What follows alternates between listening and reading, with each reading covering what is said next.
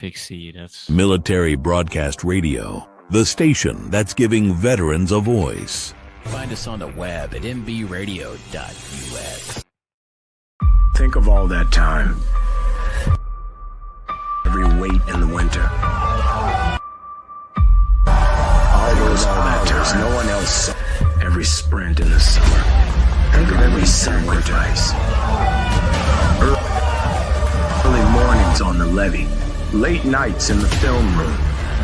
Bus rides to playoff games. Every bump in the road. Every moment of ecstasy. Every moment of doubt. Years wondering. Is it all worth it? It's all led to this. Man, I got this. It's a 60-minute drive for a 60-minute game. After all the miles we've traveled, we're almost there. After all the hours we've worked, one more can make us legends. After all that time, this is our time.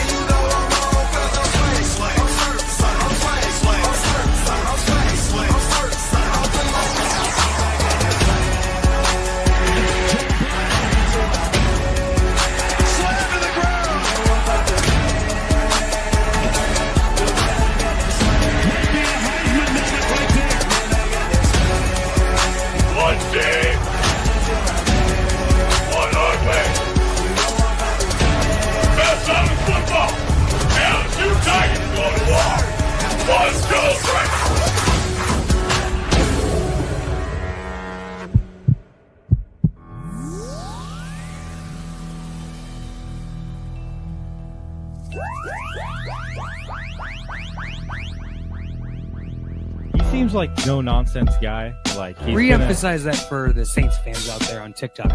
Caveman, what did you just say? The rebuild starts right now. Marshawn Lattimore's gone, so the defense, like we're not getting any better. Looking to get into Smith. What a pass! That's game! Wardell Smith with the game winner! Oh my goodness! And that is why you have Aaron Fry pass the ball in.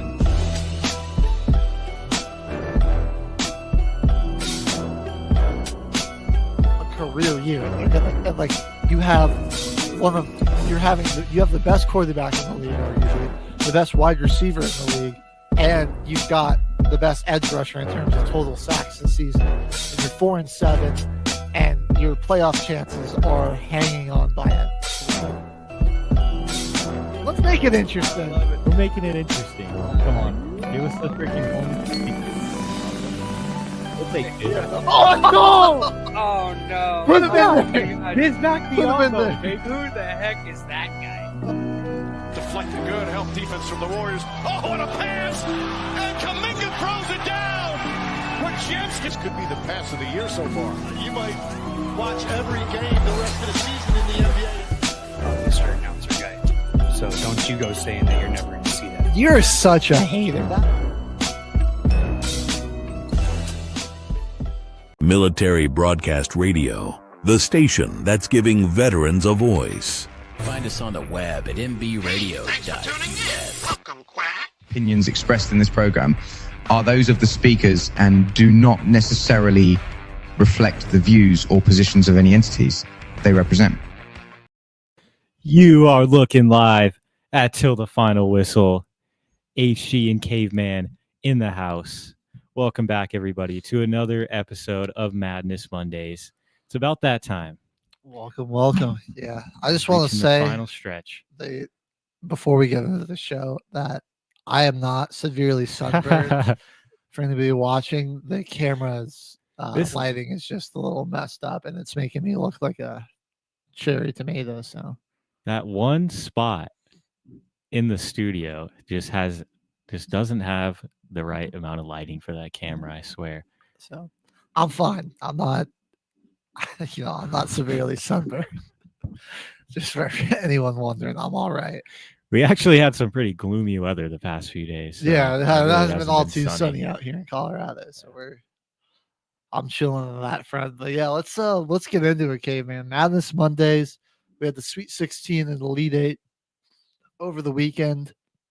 We still have 2 Elite 8 games on the women's bracket tonight. UCLA and South Carolina moved on yesterday. We're waiting on the winner of Texas and TCU. Let's go. Good game. Let's go Texas. I'm going with Texas. I want to see Haley Van Lith have a good run. Yeah. She got 3 teams to the Elite 8, though. I think Texas is going to knock them off. Right. And nobody wants to see Sedona Prince succeed. I think, yeah. And then USC, surprising Elite 8 appearance here. No Juju. Took down a very good Kansas State team without their star player. And now they've got the Juggernaut Huskies and Paige Beckers standing in their way. And speaking of Paige Beckers, let's open up with this UConn-Oklahoma game that we had. Yeah, they really couldn't find an answer for her. No, they could not. And it was really all in the second half. Like, it wasn't doing anything crazy in the first half, only like 11 points. And then it just went on a heater. Just turned it up. To put this game away, scoring, 29 in the second half. It was a career high. With 40, yeah. And it was like, she was doing it all. She was finding people with some dimes, just, cutting inside, getting tough layups, pulling up from like deep threes. Like, these were deep threes she was pulling up here with and just nailing them. On two free throw attempts, or 3, sorry. But all two made free throws and scores 40 points. Yeah, like she did not do everywhere. She wasn't doing this off the line too. It was all from the field pretty much. 2 blocked shots too. She blocked a center shot, which I thought was just that was insane. Crazy. I mean, she is pretty tall for a guard, so that makes sense. 3 steals. Like we said, this was just really a do-it-all type of performance. Oh yeah. 23 turnovers from Oklahoma in this game. Oh my gosh. Oh yeah. It was like that UConn defense when they just like kicked it up to another gear. Oklahoma was they were in hell. They couldn't get out. Their head above water. They were struggling. They were really struggling. I'll say that. Like, they didn't have a horrible first half. They scored 24 points in the second quarter. It was like strong going into halftime, and then they come out with 10 in the third. That ain't good at all. That's when Paige started to turn it on too. So it's like your team only scores 10 points, and then you allow one person to score 29 and a half. More than that. Yeah. And it was really like just her too. Ashlyn Shade had 12. Azzy Fudd and Sarah Strong didn't really have that great of a shooting night. It was really just Paige and Ashlyn Shade. Pretty much a one-woman show when she decided to take over the game. They were they were down actually going into half, and coming out, it was you were like, oh man, is Oklahoma about to pull off an upset here, and just took over the game. That's why she's projected to be the number 1 overall pick. Be quite the challenge for USC to handle her tonight. Yeah, I don't know if they're going to be able to. Like, the defense is going to be insane. Is this team ready? Like, whoever is going to be the number 1 option, are they ready for this defense that's about to come at them? This is a really deep UConn team. I know the rest of the team didn't do a whole lot of scoring, but everyone's defensive activity. I mean, they just started running all these traps and putting so much pressure on the ball handler, forcing quick decisions that just that nobody on Oklahoma wanted to make, and they did such a good job of getting them panicky and throwing the ball away, getting careless with it. We'll see if anybody on USC is going to be ready to handle that. Oh, yeah. But speaking of the Trojans, they had a pretty impressive win over a very good Kansas State team. Kiki Arifin didn't even have to really shoulder a lot of love when Juju went down in that first game. She dropped 36, but Kennedy Smith, Raya Marshall, Avery Howell all stepped up in some big ways here to help propel the Trojans to a 67-61 victory. So it was some more of their defense getting it done. They had 10 steals. Oh yeah, on the game, forcing 16 turnovers total.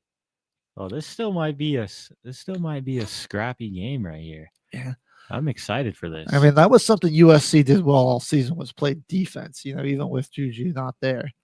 And I mean, look, she's obviously the best player, but it's kind of a weird phenomenon where they seem to play better when she's not there. Yeah. Like, I don't know, maybe it's just like they know that Juju isn't there and they're gonna have to. She can't bail them out, and it's one of those mental situations where you're like, oh, okay, like we don't got our best player, like we really got to lock in here, Get it. But they lose her and two pretty impressive. Yeah, wins. they still won by 40 something, like 40 points. Oh, that crushed Mississippi State. Yeah. She got injured early too, like early in the first quarter, so they had to play a majority of it without her. But this Kansas State team, man, they were good too. Serena Sundell led them with 22 points. And I wouldn't even say that's their best player. I mean, Tamira Poindexter, she's been really good for them all season. Yeah, very that's quiet night. That's their star. She went 2 of 9 and 2 of 8 from 3. Got no attempts at the line. Oof. The only player besides Sundell that even got to the line was Zayana Walker. She went 0 for 2, and then you had Sundell was 10 for 11. My God, all their made free throws was Sundell. Yeah, so 10 for 13 from the line, all 10 from one player. No one else could get to the line. So yeah, again, that was that clean game. There was that Trojan defense, playing good defense, not giving them opportunities at the line, make them earn it all from the field pretty much. We'll see. I mean, we'll see how that works against UConn because, again, UConn did not need a lot of free throws to win their game and win it very handily. Yeah. And, Kansas State, as good as they don't have a player like Paige where, I mean, it's just kind of impossible to decide what you're going to do because they wanted to play a lot of this. They kept playing a lot of drop coverage on her off of these screen and rolls, and she would just pull up and shoot, pull up and pop, and I mean, that's just money every time, and it's giving out wide open threes like that. Giving you're going to need a very fast center and a center that has great footwork because if you're going to switch everything and come up the guard there on the screen, like she can just blow past you and get to the rack really easily too, or cross hit some handles on your center, cross them up a bit, hit a step back 3. It's all a possibility. There isn't really any good way to guard her off of these screen and rolls. So yeah, it's going to be tough. They're going to have to really just. I mean, I think their defense will be good enough to keep them in it if they can get the ball rolling offensively. If they can, keep themselves in it offensively, but they're going to have to be very efficient on offense. And your bigs, the USC, their bigs are really going to have to step up. There's pick and roll. Easy way to at least try to stop this against her is just eliminate the screener completely. And you're going to just have to hope whoever's guarding Paige can guard her one-on-one. Because USC can rebound pretty well, too. They got 37 here. They got 3 players nearly had a double-double in this game with rebounds and points. So, I mean, if you can just force some misses, you have some pretty good rebounding. You can control the glass in this game. It's going to be tough still. It's UConn. They have a deep team, and their bigs are pretty solid too. Like, you don't want to mess around and let them get a lead on you at all. But like you're saying, getting the ball rolling on offense and you've scoring got to be too. efficient. You've got to be getting yourself high percentage looks, and you've got to be knocking them down. Shooting 38% from the field is just not going to fly against UConn. I think you're going to need to be 43, 44% at least. And I'd make them. Can you knock down 38% of your threes? Can you be at least 38%? I think that'll be crucial. They're 14.5-point favorites right now to win against USC. That's nuts. Wow. Without Juju Watkins, that completely changes that point spread by so much. Even Texas, like that 1-2 seed game, is a 7.5-point spread. Yeah, that's kind of a decent margin for being a 1 and 2 seed in an Elite Eight game. Yeah. I feel like it would be a little tighter, but I guess it is true. We've been seeing a lot of blowouts here. That's true. This Sweet 16, outside of that UConn-Oklahoma game, the rest of them were very close. They were very close games. Notre Dame hung in it. Yeah, why don't we, you know what? We'll give a little nod towards the Jimmy's Fighting Irish. This team was good all year. I thought their undefeated streak early in the season was, I think they won like 16 games in a row to start the season. It was kind of shocking that they dropped far enough to not be a 1 seed. I thought they were for sure going to be a lock at the 1 seed. But, they didn't finish the season on the strongest note, but they were looking good in the tournament. But unfortunately, they didn't shoot very well in this game at all. No, and I also think that they had some issues with Sedona Prince and her size. Yeah, Citron was really trying her best, and they had her in foul trouble. She had 3 fouls like early in the third quarter. It was like they might have a chance, just maybe foul her out the game and just get rid of her on the court. That's an easy way to just get her out of there. All right. Well, and then Haley Van Lith also was giving them tons of problems inside. She actually led,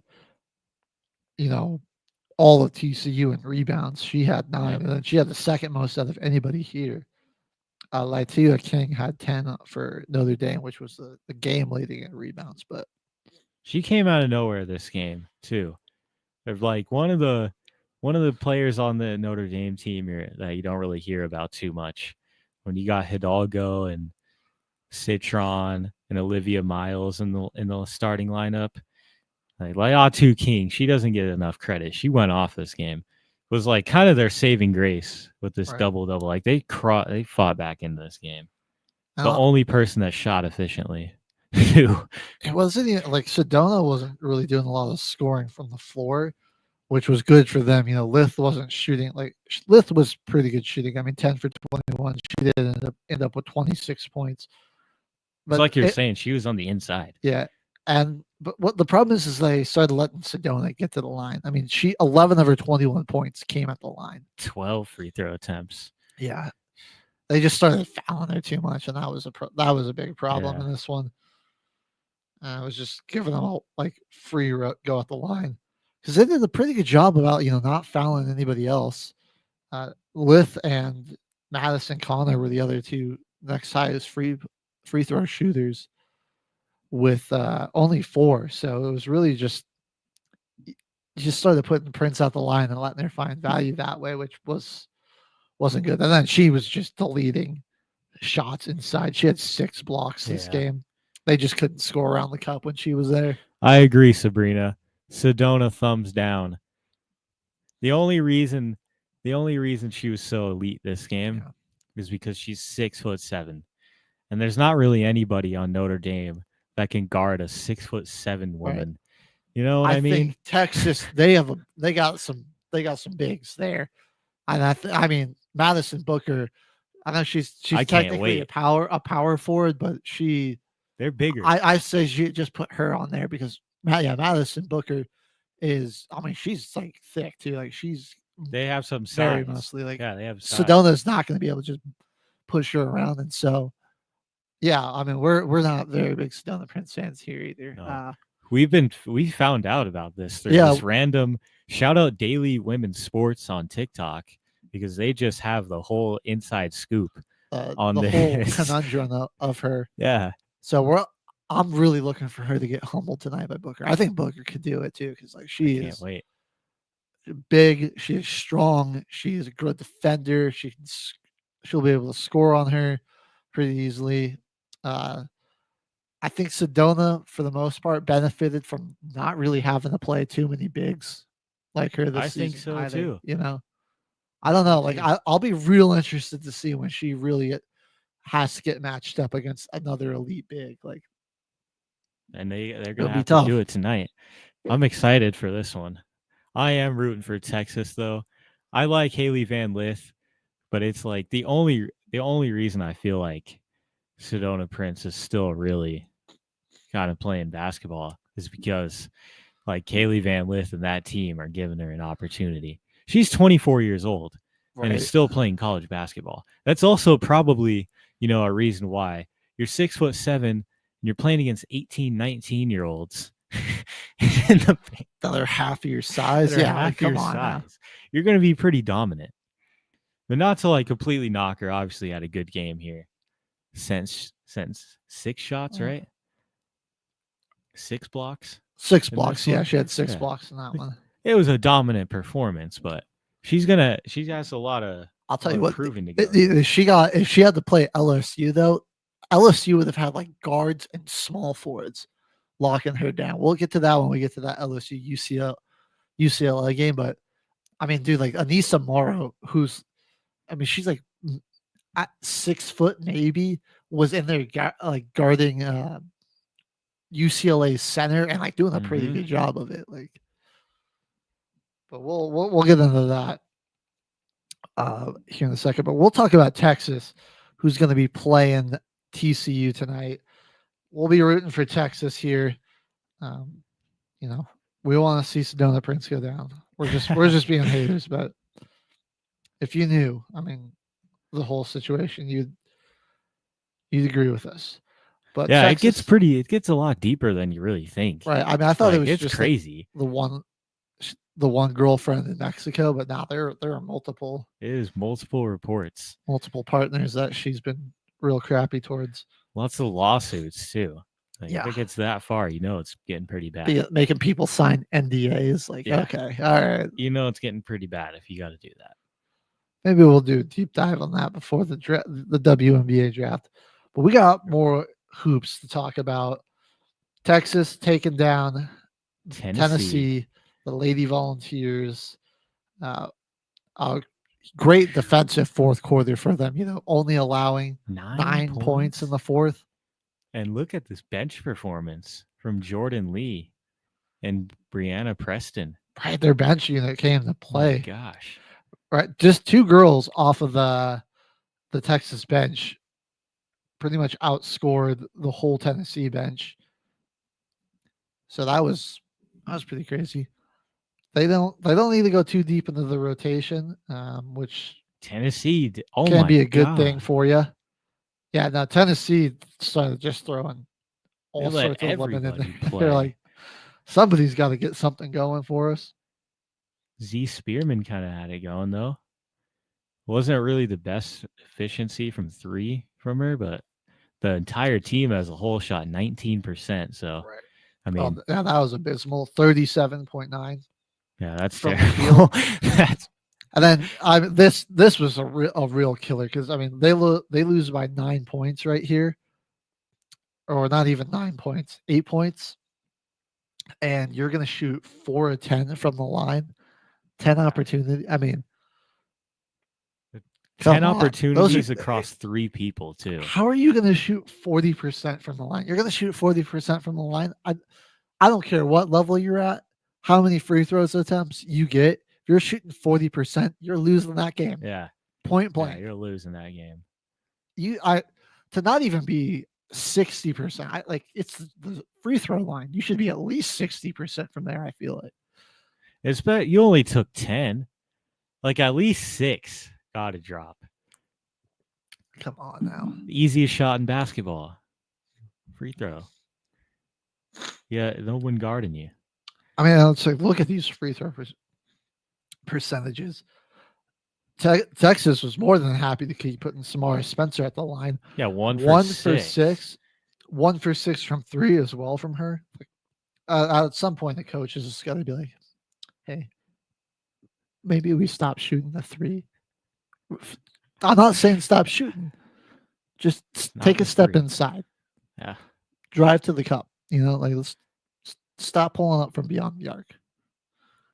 They really couldn't get anything to fall. Like everybody in there Ruby Whitehorn. We got to put some respect on Ruby Whitehorn. Shooting efficiently, 7 for 13. Right. But Jewel Spear, 1 for 8, 2 for 5 from Tess Darby. Man, they could have been in the game. They really didn't lose by all that much.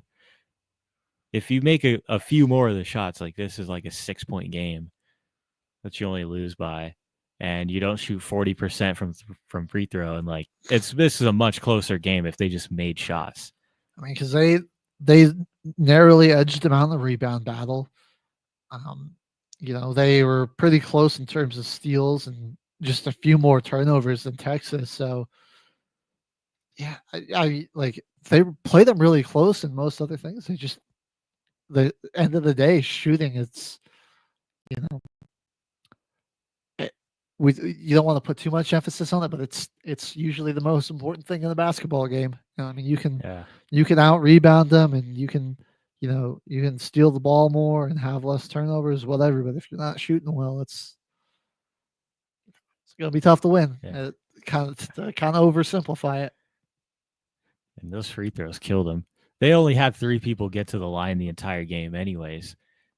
So they hardly really even drew any fouls. But all right, well, that about sums up our regional 4 and 3 recaps. Those 2 games with Elite 8 matchups coming tonight.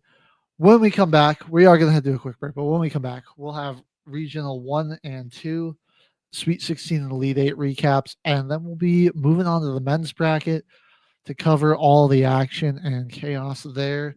So don't go anywhere, people. We are going to be right back here on Military Broadcast Radio.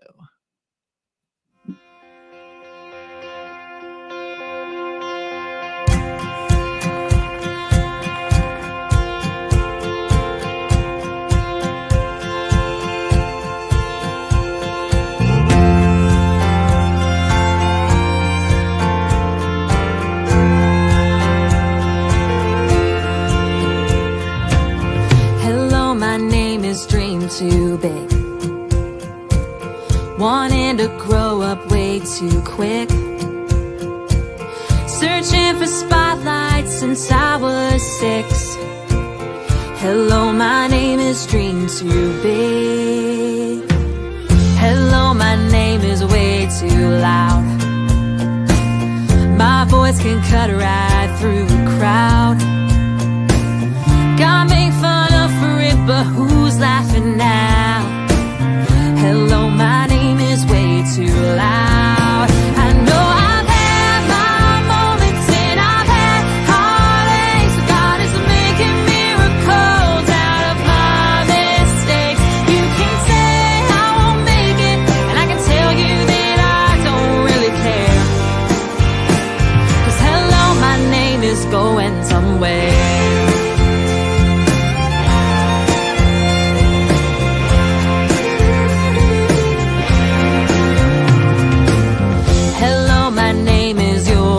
Far. Lost all my words in a mason jar.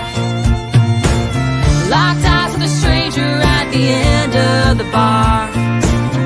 Hello, my name is You'll Go Far. Well, hello, my name is One More Try. I put too much stock in bad advice, 'cause anything worth leaving is worth loving twice.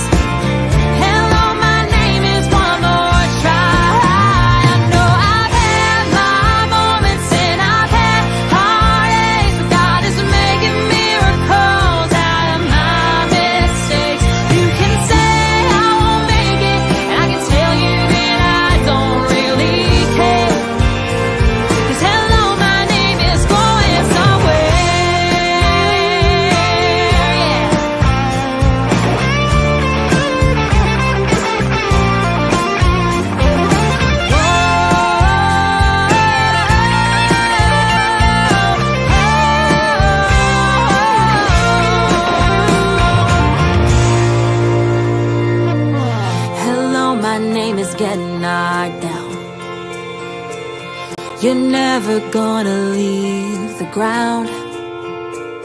You can tell us all about it when you come back around. Hello, my name is Get Knocked Down. Hello, my name is Stand Back Up. Keep moving even when it gets rough. I've given so much, but I ain't giving up. Hello, my name is Stand Back Up. I know I've had my moments and I've had heartache. God is making miracles out of my mistakes. You can say I won't make it, and I can tell you that I don't really care. 'Cause hello, my name is going somewhere. Going somewhere.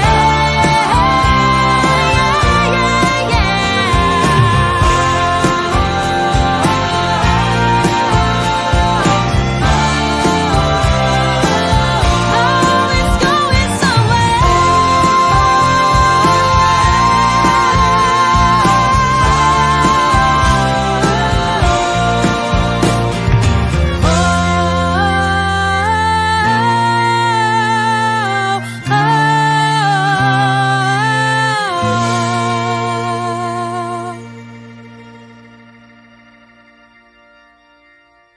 Military Broadcast Radio, the station that's giving veterans a voice.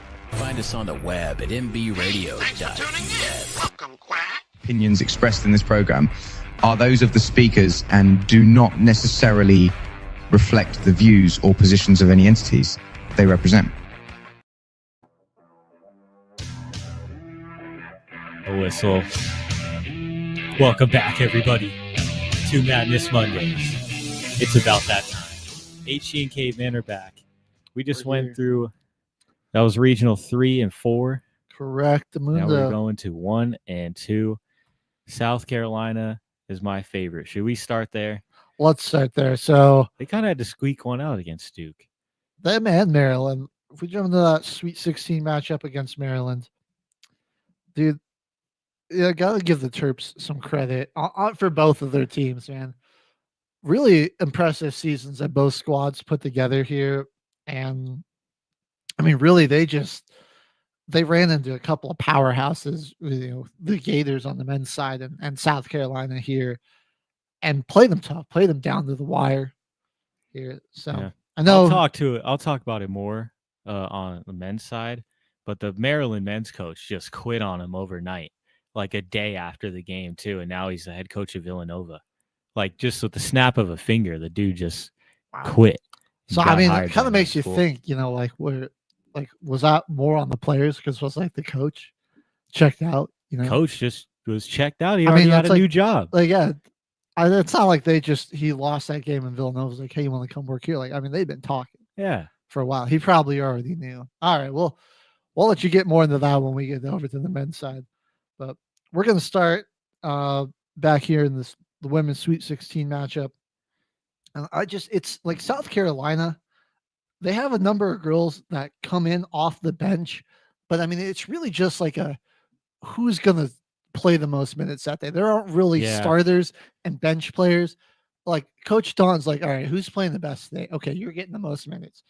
And because their starters were non-existent in this Maryland game. Chloe Kitts, the only person that was really going off. Right. Everyone else made one shot in the starting lineup. And then they were just like, all right, well, Malaysia Fawiley, you are going to... You got the rest of it. You're going to shoulder the load.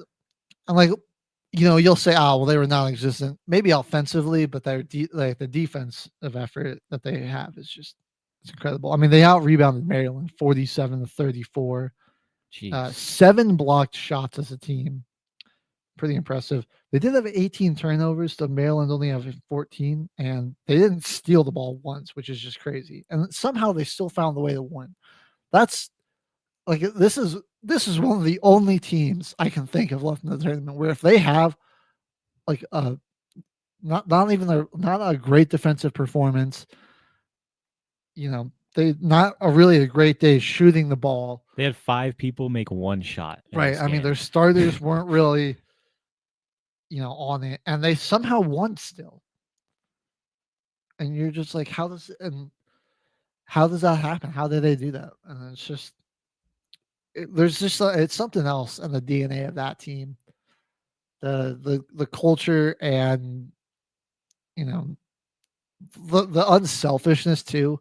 I think where it's like, all right, we're all these studies, Sienna for Figina, Bree Hall, Raven Johnson, Tina Pow Pow. They're all like, okay, we're clearly not on it today. Like,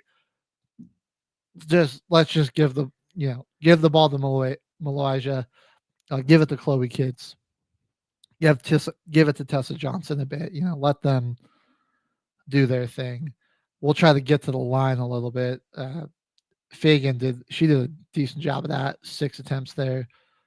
And there were 4 of 15 from 3, 38% from the field.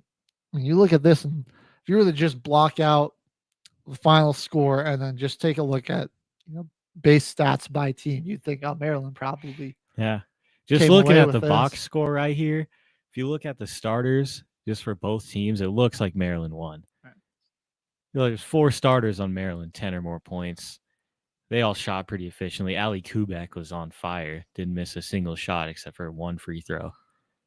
But you watched the game, and it was just South Carolina just kept finding a way to stay in it, stay competitive, and to eventually win it.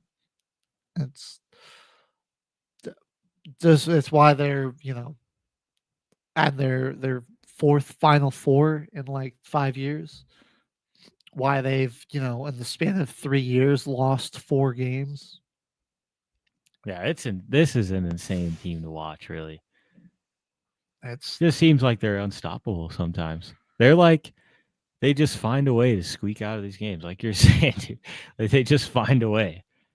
It doesn't matter if it looks like they're losing. And it's unselfishness, because I can think of a good example of somebody we'll get to when we cover another matchup. But for her, man, these shots weren't falling, and like there was one possession where this girl that's 0 of 7 goes and shoots the ball 3 times in the possession, and it's like, that's not the play. Like, stop it. What do you like? Just pass it.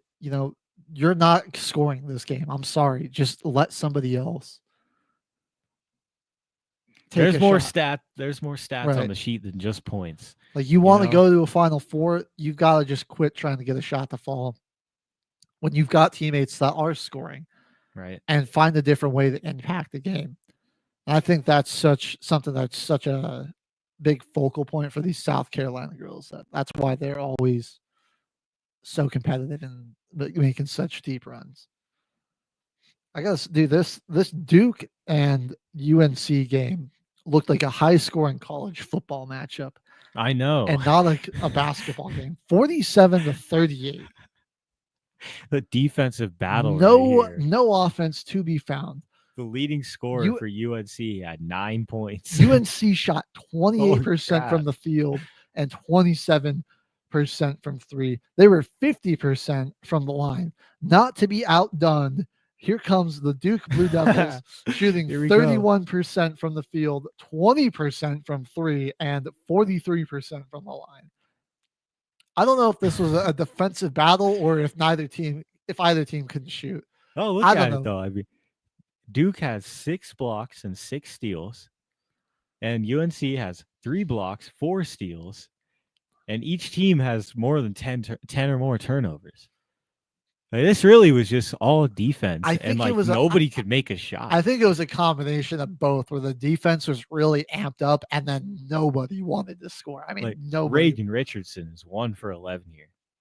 I know. Oh my goodness, nobody wanted to make a shot. Nobody wanted to make a shot. The leading scorer in this game of both teams had 12 points. Yeah. It was a 12 and 12 double too, man. She had 12 points, 12 boards. I mean, by far the standout player in this game. I mean, what? Yeah, he got a double. Yeah. And an assist. This game was it was something for sure to behold. You were just like, You're like, what is going on here? Like, MVP Aluchi Okanwa though. Yeah, I mean, nobody's shout gonna out to her on Duke, man. nobody's even gonna score 50. So Yeah, no. interesting, crazy matchup. Good on Duke for finding the way to get it done. But Yeah, then they got out of it. the problem is you'll run into South Carolina in the Elite Eight. Credit to them though, they played them really tough. This was another defensive Oh, matchup. yeah. 54 to 50. They got above 50 this time though, right? They Right? did.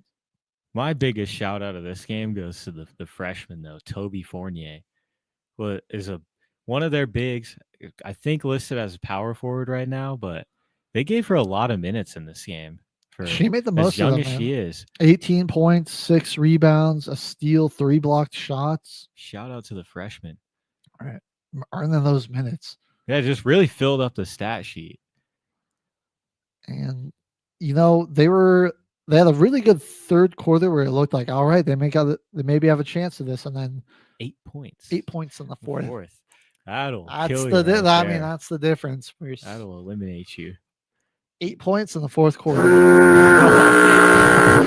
We don't want that, man. Oh man, could have had 2 Duke teams in the Final Four. Would have been That would've been crazy. crazy. Yeah, kind of a tough bracket to go through, though. Yeah, they had a really tough bracket to get through on this side. Like, go and play like Lehigh. They held them to 25 points, and that's your easiest matchup because every game has been close. They only beat Oregon by 6.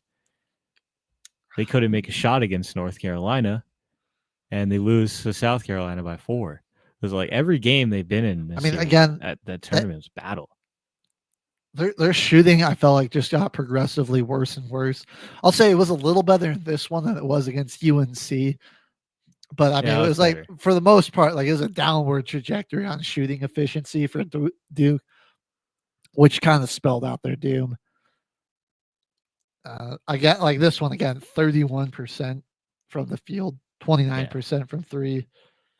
And you get to the line 13 times and you only hit 54% of those. Not great. Not great at all. Their first round game they scored 85 points and they won by 60. But like progressively from there, it was like you're saying, they couldn't shoot. They were The scoring offense like started to decline more they and more. got I think high 50s, 59 win, and then they got dropped down to 49. And then they were like low 50s. A little bit of a recovery, yeah, but like low 50s. And ultimately not yeah, enough. like high 40s and points is not going to win you these games. No, it is not. Right. Their offense never was really able to match their defense, and that was unfortunate for the Blue Devils because I think they were really sound defensively all tournament. 5 blocked shots in this one. They had 7 steals. South Carolina's defense, though, was just on another level. It was like the traps and the kind of the full court pressure that they started playing late just put a lot of stress on these Duke ball handlers. 19 turnovers, 13 steals for South Carolina. Oh my gosh. Right. Yeah. When they want to ramp it up on defense and like they'll just pressure you all the way down the court. A lot of teams they just fold under that because they just run it so efficiently. And they just have they just get some of these ball handlers so panicky. They just throw it away. All right. We're gonna slide on over to Region 1. And let's start, I don't know, UCLA or LSU's Sweet 16 matchup. You know what? Let's do UCLA first. I want to save LSU's Sweet 16 matchup to talk a little bit about Isaiah James and the Wolfpack. Because I'm very disappointed in how it ended for him. But we'll get to that here in a second. Let's go and talk UCLA, Ole Miss. And K-Ben, I'll let you go first. What are some of your big takeaways from this game? Man, UCLA looking really tough here. Going in the Final Four now. This was an insane game by Lauren Betts. 15 of 16 from the field. She's huge though. That's the problem. 2 free throw shots. Yeah, too. I mean, she's giant. Like they're just really. This team should have been in the bracket against TCU. That would have been a fun matchup. real. I want to see Sedona Prince against Lauren Betts. I don't That's I don't what we need. remember each girl's height off the top of my head, but I think Lauren Betts is the tallest center and the left in the tournament, or even was in the tournament. Old Miss just no. I mean, everyone looked tiny out there compared to her. Yeah. Yeah, she's also 6'7". And you could kind of just tell that nobody had. No one can do No, anything. she against that. just Like, got in the come paint, on. just backed him down. And it was just easy, Low post. just money. Tim Duncan every time. They just kind of started spamming it, and 31 and 10 double-double, though, is just insane. yeah, Ole Miss had no answers. She also had 3 blocked shots in this game. Right. What are you supposed to do there? That's a tough one. That'll be interesting for UConn if they advance here. You know who's going to guard her, because that's going to be their Final Four matchup. It would be UConn UCLA. That would be really tough for UConn, actually. Man. I Should mean, have I put think they've got- UCLA with TCU. Gosh dang. I think they've got a. I'm blanking on the name, but I think it's Sarah Strong, the center Sarah for. Strong. So she's like 6'3", 6'4", so not. I mean, she's not too much smaller. And It I won't think be like a bunch of little kids trying to guard Right. Lauren Betts. we'll all right. UCLA had some issues with LSU, so we'll dive into that a bit more and how you might be able to play her as we get into that matchup here. Takeaways for Old Miss: 2 of 11 from 3, not Yeah, they great. just couldn't shoot anything. Really from don't. Deep. I guess bright side is that they didn't try to take too many threes. Yeah, they didn't try to shoot their way out of it too much, right? That's always good. Despite the size disadvantage, not too bad of a job on the glass. They had 2 girls with 34 9 boards. rebounds. And, you know, they just weren't really capitalizing on some of their takeaways and their turnovers that they forced. Because I mean, They had UCLA 8 steals, they had 8 steals. UCLA turned the ball over 19 times. and they only had 6 turnovers. They could have been in this game. Yeah, no, they could have. I'm looking at it. Their points off of turnovers. So 19 turnovers, and yet only 10 points scored. UCLA, Oh my only gosh. 6 total turnovers forced by them, and they scored 17 points off of that. So, and you look at this, it was a 15-point or 14-point loss. And you had so many extra turnovers that you just couldn't score off of. Ultimately, I think that was, I mean, pretty much, not to oversimplify it, but that really boils it down to a Yeah. big part of why they lost. Your defense not matching the offense not matching the defense right there. Kind of the impending doom that Duke faced, just on the opposite side of the bracket. They just couldn't find their offense late, but they got a lot of turnovers generated in this game that it would have put them just right there with them. That also really speaks to these teams that, we're giving up a lot of turnovers. We're, 19 turnovers, and yet we're only giving up 10 points. Like, that's just shaking it off, getting back on defense, and getting Mhm. ready. That's Good transition defense Yeah. from UCLA. Well, that's a proving point there. This team, they know how to run. So if they're a team that looks like they can control the pace really, like with whatever's happening. right there. And we weren't even really talking about what Kiki Rice did in this one. Relatively quiet game for her, just 3-7, only 13 points. But I mean, she's dealing. Like, she really gets the offense moving when she wants to. 7 assists in this one. Gets to the She's been line a one good amount. 6 Really of 6 from exciting the line. guard. Yeah, it's that combo they can run, that 2-woman game with her, and that's unstoppable. it's tough. I mean, That's like the Haley Van Lith and Sedona Prince. right. I mean, in a you different run that pick conference. and roll, and it's just like Betts is just so much taller than anybody out there. It's easy to just throw her up the ball. She can just catch and finish.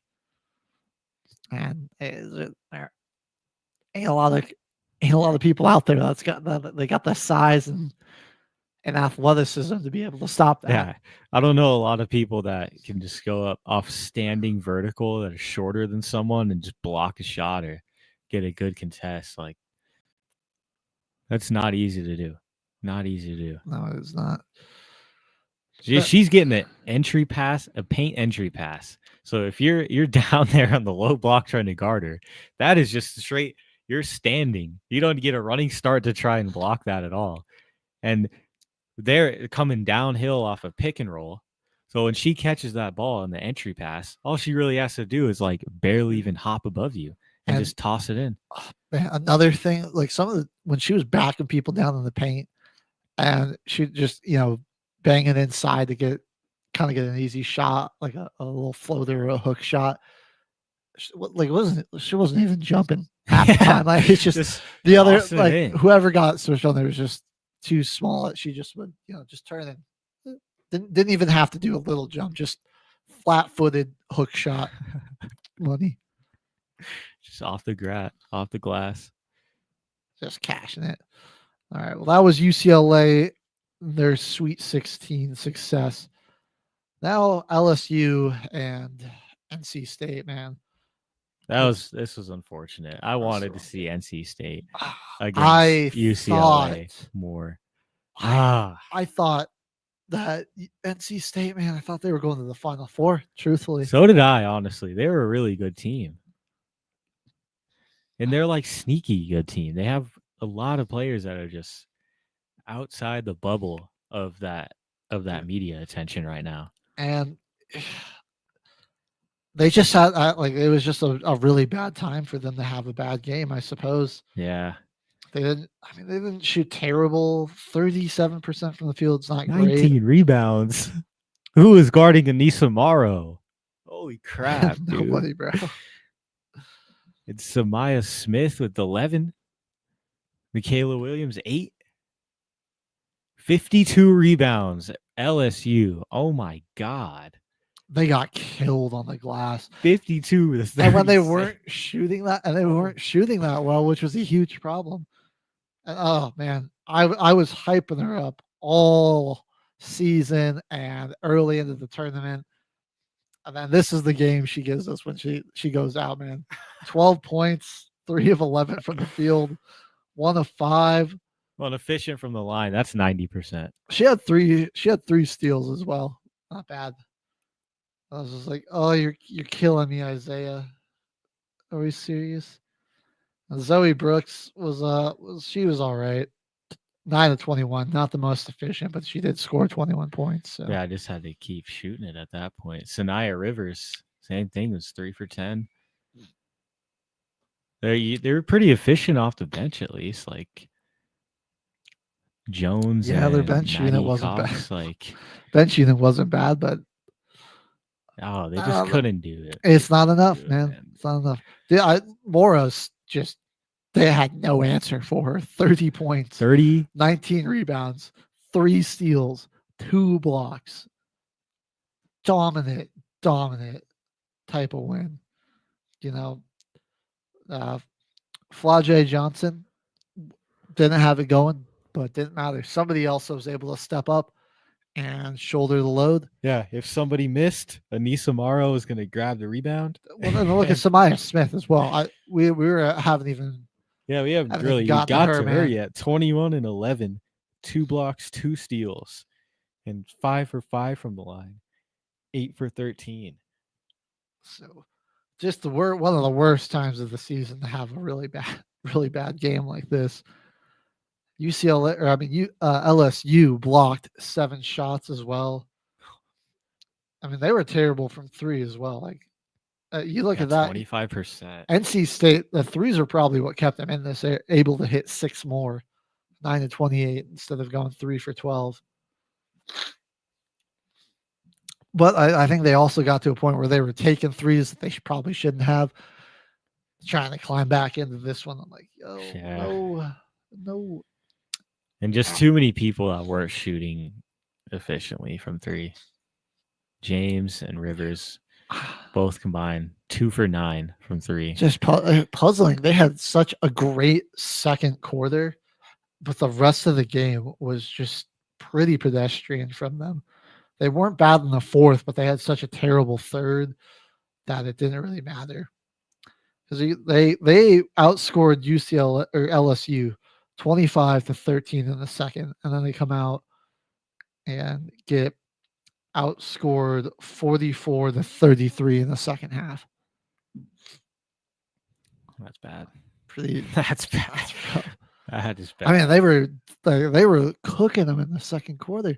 Yeah, I was feeling good. I was like, all right, here. I mean, they got all the momentum going into halftime. They finally got some stuff going. Like, this is it. They're going to just come out and, we'll keep the ball rolling here in the second half. I don't know what was said, what adjustments were made at halftime, but whatever that was a killer halftime speech right there from Mulkey. Yeah, it's got him back into it. Kim Mulkey, she got to be the funniest coach in basketball. Man. Her reactions to things on the sideline, it's just, and then she's always like wearing some sort of sequin coat. So it's an insane women's suit that she has on right. every single. It's all shiny, like bedazzled, or it has a crazy color pattern on it. It's like tie dye. It's honestly, it's aura. She's over there on the sideline tweaking at like any call that goes against her team. I mean, it's a full body reaction when the call doesn't go her way. She like drops to her knees and like screams at the heavens. To God. I know it's great. Low-key gonna miss watching her on the sidelines. I know it's good. National treasure. She is national treasure. Kim Mulkey never retire. Well, I mean, I don't want to say that, but you deserve to retire, but we're gonna miss you when you do. That's for sure. All right. Well, rough way for the Wolfpack to go out. Oh man, I still can't get over how that game went. I was feeling good going into halftime, and I had them so hyped up all season. This is the way they went out. Just kind of disappointing for me. Yeah, that is definitely a vibe killer right there. One team that you're rooting for them all year. It may not even be your favorite squad. Colorado wasn't in it on the women's side, so we couldn't really have too much Homer fan moments. I just hope we can win a game. That's what I hope for next year for Colorado. Yeah, they're gonna need to really pound the transfer portal and recruiting if either school wants a chance in the Big 12. Yeah. Ew, boy, it was a rough basketball transition for Colorado. Yeah, I think it was smart to get Dion before all of it changed. Yeah, getting a coach like that that's able to get the recruiting in. I think it was smart to do that before all of it happened. We need Dion to also handle basketball recruiting. Yeah, something. It's not going well. Get some NIL deals. Get some basketball players some of those gold boxes with the freaking smoke machines in it. The talent. And those offer letters that you be giving out, Dion. Come on. Talent's lacking. All right. Into UCLA and LSU. I'll say Anissa Morrow, she ended up guarding Lauren Betts a good amount. And even though she was, good deal smaller, she's giving up about 6 inches.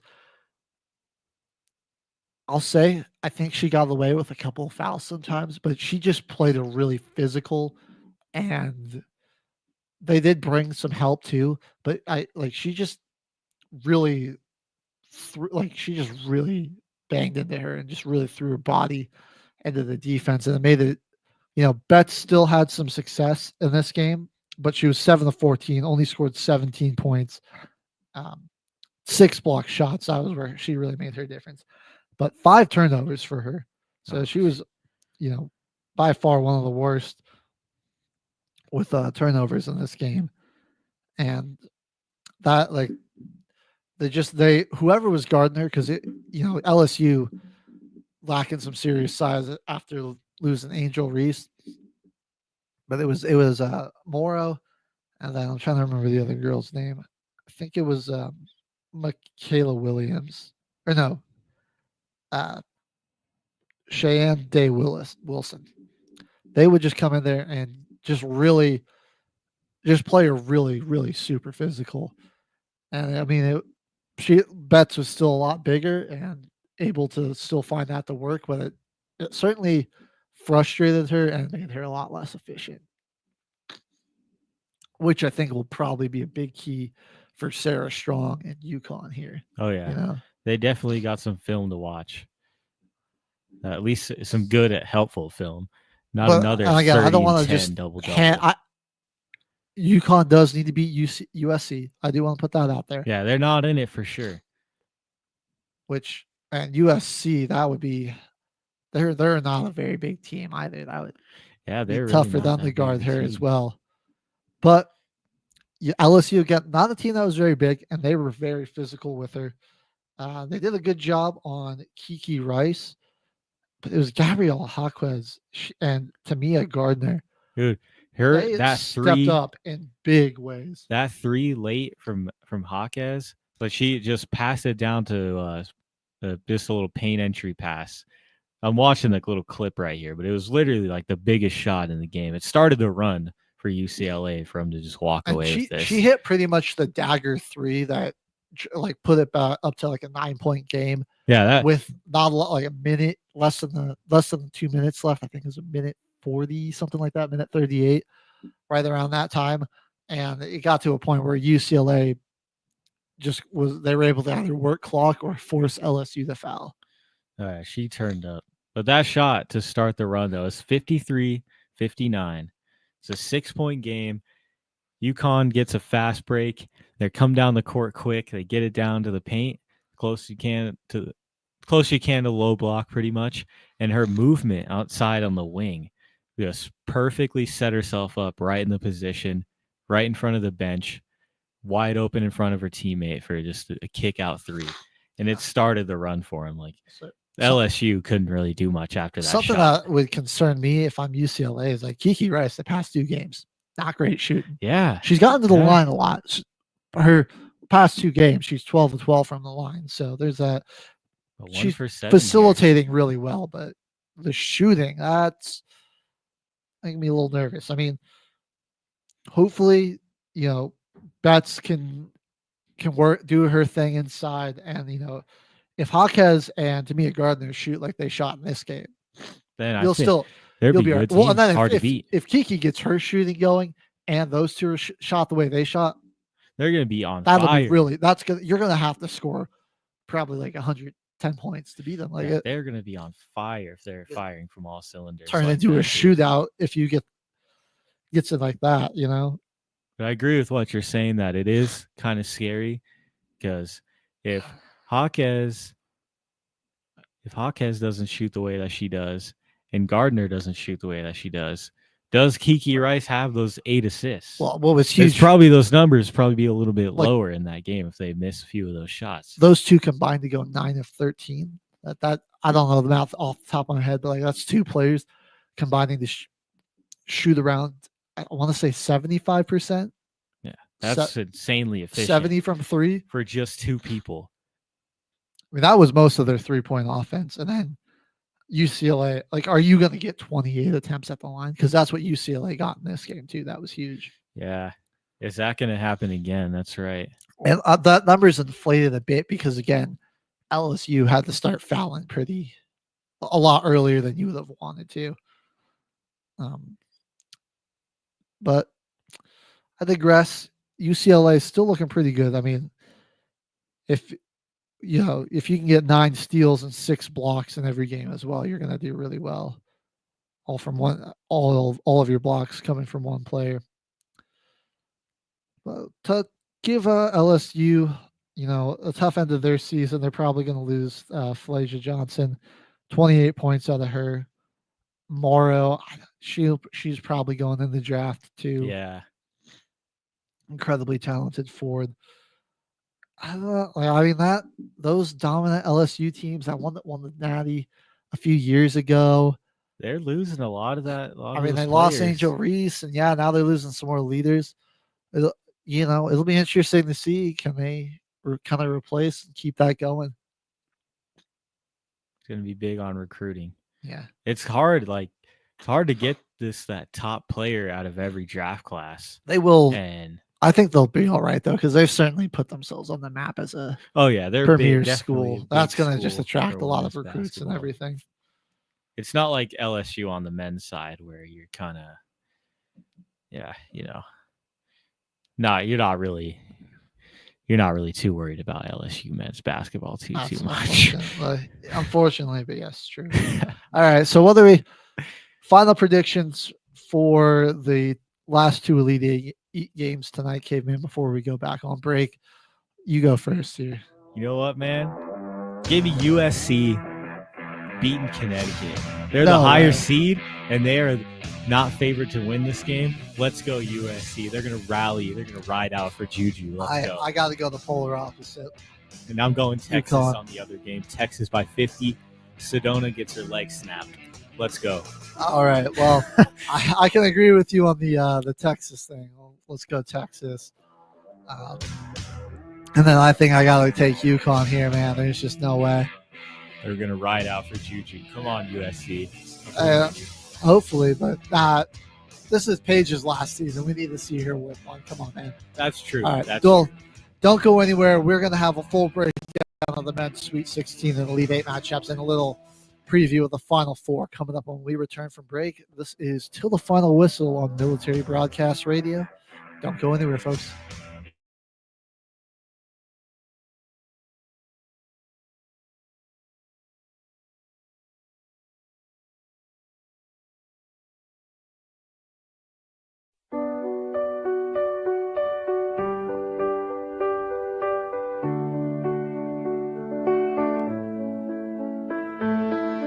Whatever happened to the brave young soldier? He was a good friend of mine. They say as he died, he never once cried, lying with his brothers there by his side. At 19 years old, he was sent off to war, not really sure what he was fighting for. So he fights for what's behind him and his brothers beside him. Together they'll weather the storm. 9 long months later and he's still alive. Fought several long battles you shouldn't have survived. Then the IED exploded as the ambush unfolded. He laid there bleeding as his brothers all died. Whatever happened to the brave young soldier? He was a good friend of mine. They say as he died, he never once cried, lying with his brothers there by his side.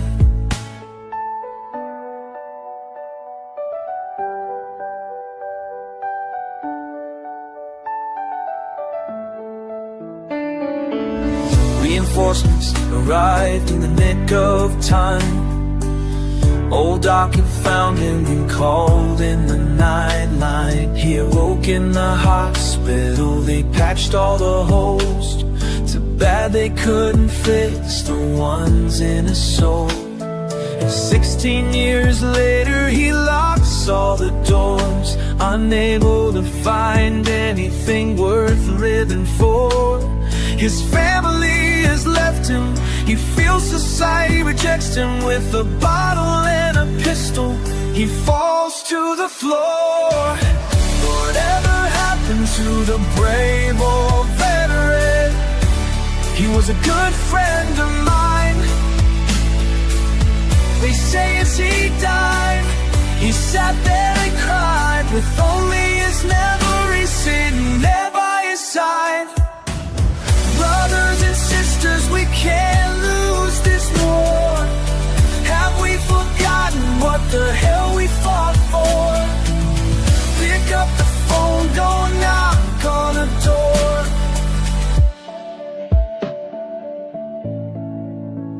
22 too many, we must carry on, fighting these battles until they are won.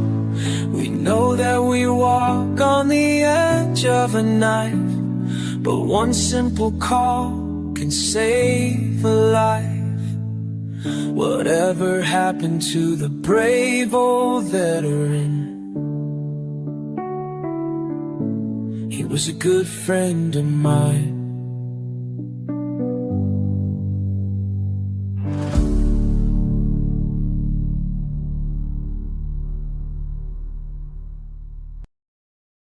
Military Broadcast Radio, the station that's giving veterans a voice. Find us on the web at mbradio.net. Opinions expressed in this program are those of the speakers and do not necessarily reflect the views or positions of any entities they represent. Looking live at Till the Final Whistle. Caveman HG back in the house. We just finished up our breakdown on the women's bracket over here. Now we can head over to the men's, who has pretty much finished up their road to the Final Four. All the matchups are decided for April 5th. Let's get into it. We got Auburn, Florida as the first matchup, and Duke, Houston. So Which all region one would- seeds. Yeah, all one seeds. First time since 2008. We'll But you hate to see it. We'll start at the top because we started at the bottom on the women. So we'll switch it up. We'll go on the top over here. Auburn and Michigan. Man, those 7-footers were not really a factor when you consider Auburn's got some really good bigs as well. Yeah, Johnny Broom. I mean, that guy is pretty much their number one option scoring. I know They let Coo- him take the most shots every single Cooper game. Flag is obviously fantastic, but I think Janae Broom is probably the best player in college basketball. Oh, For yeah, being dude. real, like ignoring all the hype around Flag, like Janae Broom is definitely should be a top 10, pick in the NBA draft, and he's the best player in college basketball right now. Man, 22 points and 16 boards out of this guy, 2 steals as well. He's matched right now with Shaq and one other player for the most doubles in NCAA tournament. He's got 5 right now. Well, he did this one before halftime. Yeah. And they did it again against Michigan State. We'll talk about that in just a second here. Tahad Petherford, man. This guy's Dude. spark plug off the bench. Dude. Early in this game, some struggles shooting the ball and, just getting shots to fall for the offense to be really consistent here for Auburn. Petherford, man, off the bench. Guy was hitting some big time shots, some tough shots. Oh, yeah. Another got a shout out. Couple of good threes to go down. It's got to go to Denver Jones.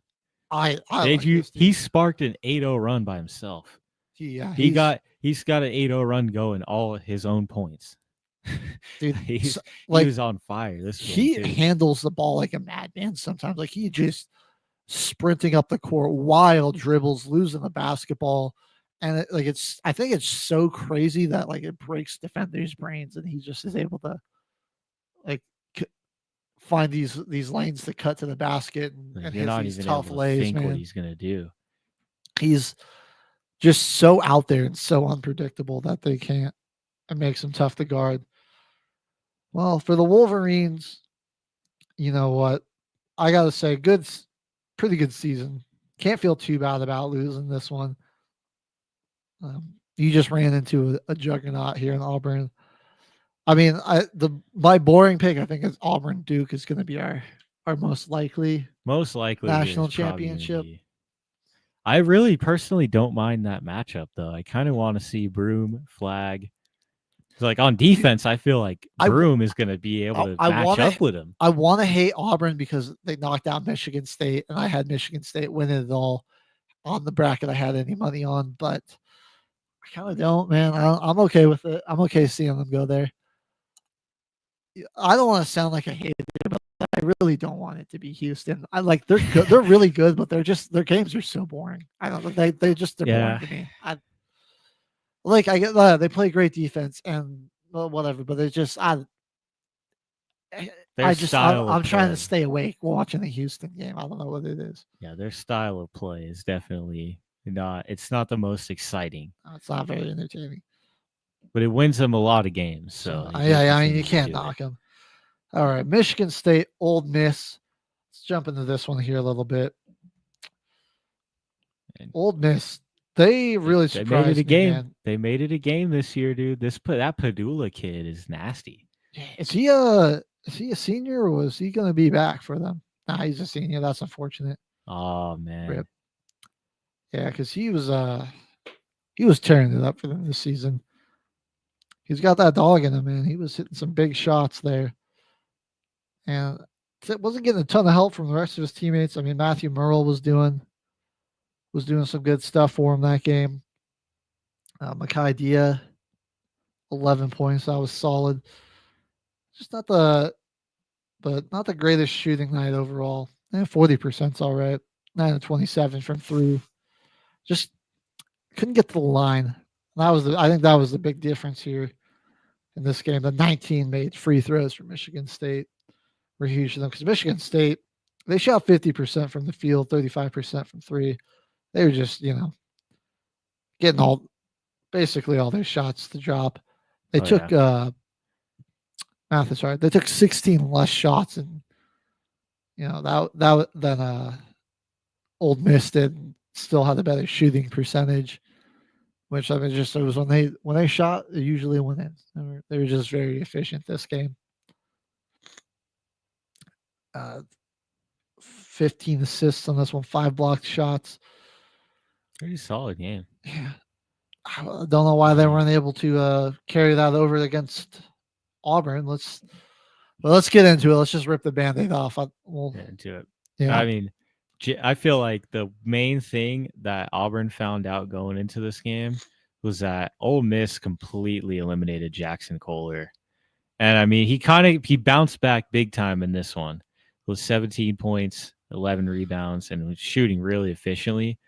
But he just wasn't able to match up well with John I. Broome. Or Dylan Cardwell, or for that Dylan matter. Cardwell. Yeah, And Cardwell didn't have like a ton of offensive stats, but 6 rebounds, 2 block shots. He just absolutely deleted this shot from, I think it was Fears. No, it was Jace Richardson who he pulled off a couple of incredible moves to cut inside, and Cardwell, really impressive job sliding his feet. That shot never even had a chance.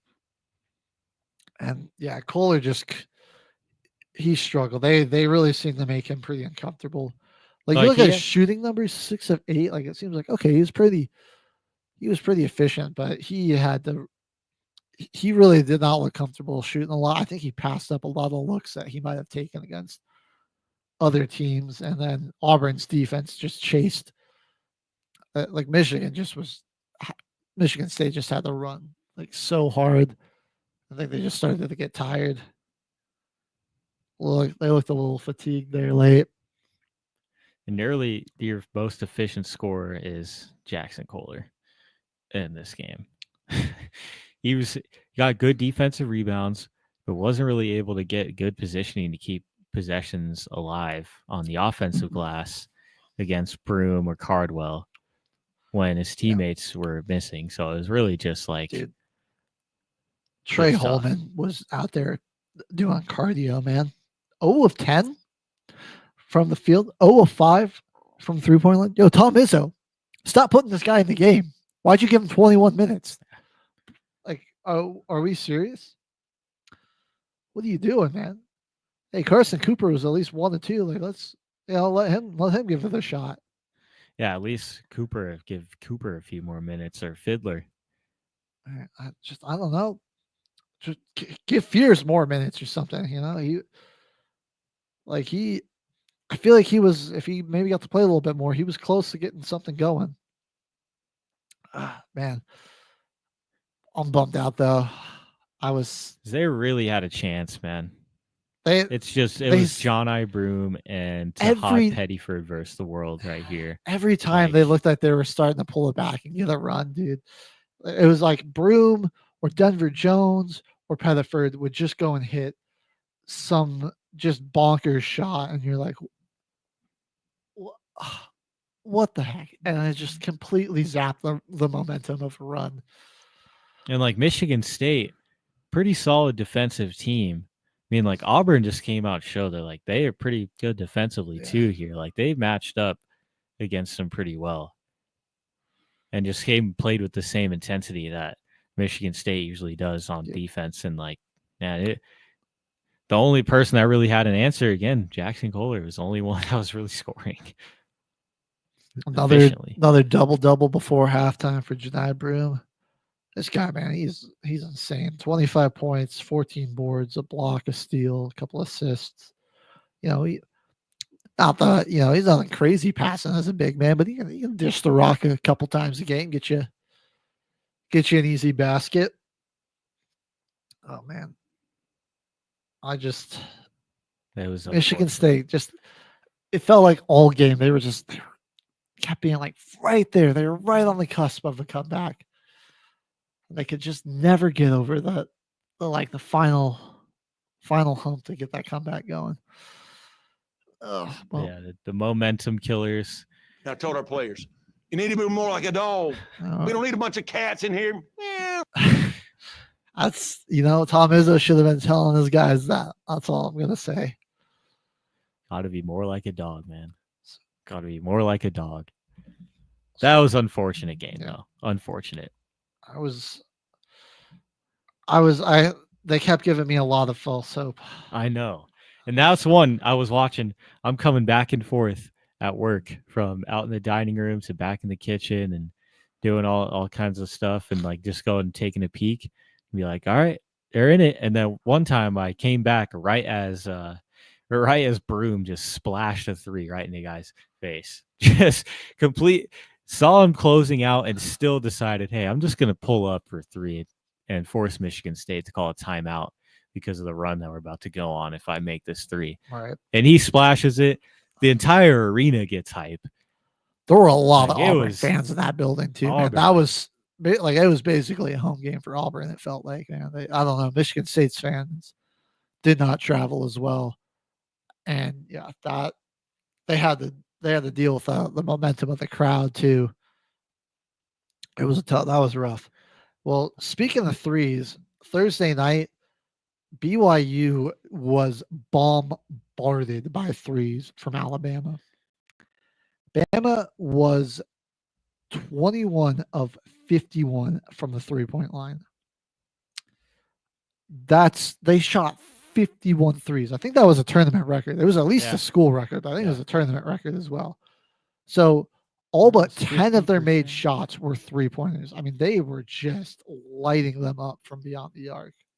Nearly 50% from three, which is absolutely insane. Mark Sears, a guy that you're like mainly is their facilitator and like mainly trying to get inside. 10 for 16 from three, dude. I mean, right, I always think of him more like he can definitely shoot the three, but I think he's best when he's attacking the rack and just like using his speed to blow by these bigs. And he didn't really need to do that this game. He was just lighting it up. Youngblood even shot 11 threes, dude. It was a 3-point bonanza, man. So yeah, Sears dropped 34 points, overtook Caleb Love for most points in the tournament by active players. But then Caleb Love took that back. We'll get into that game in just a minute, that matchup in just a minute here. Which is another unfortunate one where Arizona kept giving me a lot of false hope because Caleb Love could not miss. 35 points in pretty much his final game. This will be his final year. So I think he's another top 10 pick. And then you got to imagine Sears will be a top 10 pick as well. Definitely. Bro, I don't know. Well, those guys probably dude. goes in the top 5, right? I don't know what the international prospects are looking like. So I should probably pump the brakes there. I just know some of the top college guys, but the international basketball and who's coming from all of these other like transitory leagues. NBA draft's a mess, man. Yeah. It's a mess. But like Mark Sears, though, is this really just like Jalen Brunson in disguise? Like they look just alike, pretty similar in height. I mean, pretty similar play style. Similar play style where they're kind of the smaller guard that does want to attack the basket and they do want to get. It can be very ball dominant, but also facilitate when needed. Yeah. I mean, I've never seen the two of them in the same room together. I think Spears' eyes are a bit further from his nose than Brunson's. This is just a mini Jalen Brunson. For real, man. I'm looking at some more of these guys' 3-point percentages too. Aiden Holloway off the bench, dude hit 6 threes. It was, for the most part, there's really just 3 guys that were knocking down all the threes as well. Because let's see, Youngblood and Holloway, they had 5 and 6. Sears hit 10. I mean, that 30 points off of 3-pointers is just dirty work. He only made 1 basket inside the arc. And they're scoring in between these halves too. 51 in the first and then 62 in the second half. Yeah. BYU just couldn't keep up. Good game out of my man Saunders. Dallin Hall, this should have been a game you thrived in, where it was about 3-point bonanza, and you decided to come out and go 0 of 6, 0 of 3 from 3. Get him off my screen. Get him out of here. I can't with you, man. Shout out Richie Saunders, though. Come on, 25. Bro, he showed up. 4 steals as well. He had 6 boards, 25 points. His team just didn't really show up with him. Igor Devin had a solid game. He was 1 of 8 from 3. You got Trevor Nell was 2 of 9. Oh my goodness. They just couldn't keep up with that 3-point bonanza. 51 and 62. That was a pretty textbook Alabama game. All right, let's jump over Duke, Arizona here, caveman. This one was really a heartbreaker, dude. They the whole time at that final stretch, Arizona was just a couple stops away. They kept scoring. They kept getting points they needed. They even generated a bunch of fouls late, or they were getting to the line more than Duke. Caleb Love said, no, give me my record back, Sears, and dropped 35 points of his own. Bro, no help, man. He just needed more help. Dude, but Jaden Visar, Jaden Visar, that's good. His name. Henry Visar, get that freaking guy in the MAC, dude. That's not a Big 12 big man, Arizona. Get that guy somewhere, dude. Oh away my God, from he was getting Visar. abused. He was pissing me off like I was a fan watching him. I'm like, God. He got to the line 8 times but he just was getting bullied by those 2 guys, the 2 bigs there on Duke. Malawak and Malawak's a freshman. Malawak's a freaking freshman too, bro. Bro, those guys were abusing him. And Knuppel too. Their whole team is just big. Like Cooper Flag, 6'9". Like Knuppel's their shooting guard, bro. He looks like he could be a small forward. He's big. He's a big dude. Or maybe he is their small forward. No, he's a guard. Okay, I was right. Yeah. Proctor is their smallest guy, and I'm pretty sure he's 6'6". I don't know if he's that tall, but he's a pretty big point guard. No, you're right. He is 6'6". I stand corrected. I thought he was 6'4". Yeah, this Duke team is so big. They're so fast, which is weird. They're great in transition when they get you going in transition, but a lot of the time they just slice you up in the half court. Yeah, their passing and vision for how tall they are will really just catch you off guard. But the ball movement with this team is one thing. Look, I was saying Janai Broom's the best player in college basketball, but I mean, come on, man. Cooper Flag's also incredible. 30 points. Freshman, by the way. Janai Broom's been playing college hoops for a while. So yeah, you should probably be better than most of the guys. But Cooper Flag, freshman, 30 points, 7 assists, 6 rebounds, a steal, and 3 blocks. Filled up the stat. He does not take any plays off too. That's what a guy like this, you could see taking some defensive snaps off or anything, but he's hustling down the court. I mean, he had a huge chase down block. And that was one of those could have gotten a momentous run going for Arizona because they had to stop, a couple of stops. They were scoring. They were kind of closing the gap. Oh, and then they got this fast break transition 3 here, and then he just deletes it off the glass. 7 blocks in this game for Duke. I mean, what luxury to have like a freak athlete like Flag that can protect the rim, and then these two bigs. Oh yeah. And I always mess this up. Nagungba and Malawak, dude. They just Malawak he's one of my favorites in this tournament, dude, because him and Cooper Flag run the pick and roll, dude, and with their speed, he can just throw unlimited lobs. Those guys in the pick, well, his speed and his height, dude. Like it makes it so hard to defend because, like, so that's where you can get an advantage is a smaller guard has to throw it up a little bit higher, so gives you just like a split second more to maybe react on that pass and deflect it, but you lose like an extra second or two of travel time on that pass, which can make a huge difference in such a fast moving play like that. He had one play late, the dunk missed, and it like flew way up in the air, like almost it was just a long rebound, but he goes up for a dunk, and like at the very last second, he was still able to be in the air, nearly about to dunk the basketball, was still able to just get a quick lob off to Malawak and get out of the way in time before he didn't have his hand or anything in the way to block the dunk or anything. But and then Duke shut down sick. This absolute elite Bama offense, and this was what I kind of suspected would happen to Alabama, is that their offense wasn't going to have a great day. They're going to struggle to shoot. I mean, they were 25% from three. They threw up another 32 threes in this game and only hit 8 in this one. 35% from the floor, and you play no defense, and if you're not able to score a million points, and Arizona Duke should have been the Elite Eight game for real. Like, come on. Yeah, I mean, Duke dominated 85-60 here. Just really thumped them. Flag, dude, he really kind of took the second half off too. You didn't see a whole lot of Cooper Flag in the second half, bro. He did have 16 points, 9 rebounds, 3 assists, and a block still, and pretty much one half of basketball. I don't really blame Duke for not using him that much when you're winning by so much, and the rest of your guys are cooking. And they didn't Malawak with 14.